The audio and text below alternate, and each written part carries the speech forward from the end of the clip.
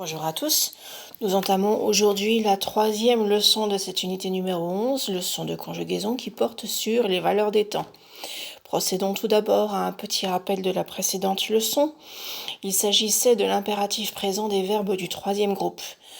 Alors, comme vous vous le rappelez, le mode impératif sert à donner un ordre, un conseil ou formuler une interdiction.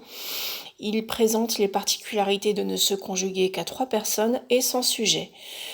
Difficulté supplémentaire, au troisième groupe, il existe différents types de terminaisons puisque vous avez des verbes qui, même à l'infinitif, se terminent différemment.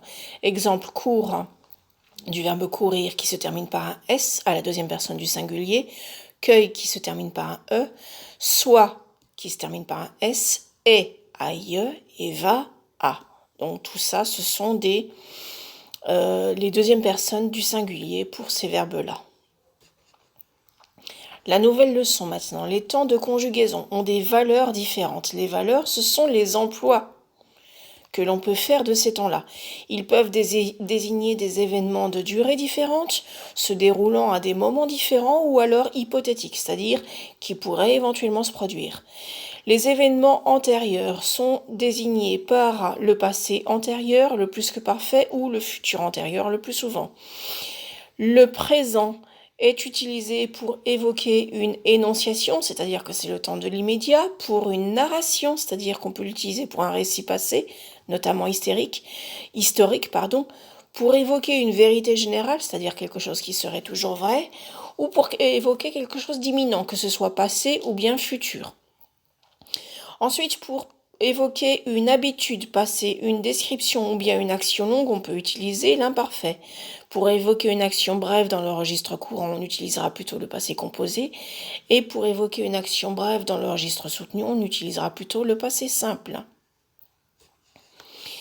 Alors, la nouvelle leçon à recopier sur le cahier dans la partie conjugaison avec mise en évidence au stylo marron. Les temps de conjugaison ont des valeurs différentes et ne peuvent donc pas être utilisés indifféremment.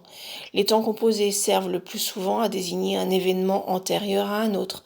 C'est le cas du passé antérieur, du plus que parfait, du futur antérieur.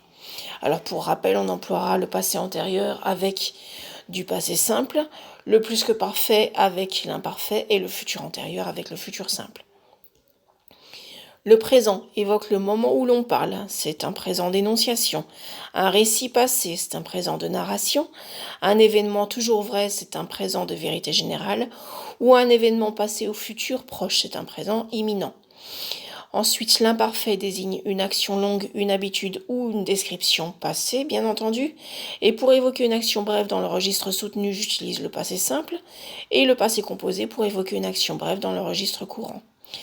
Bien. Si vous avez des questions, on se retrouve dans un instant sur WhatsApp. À tout de suite.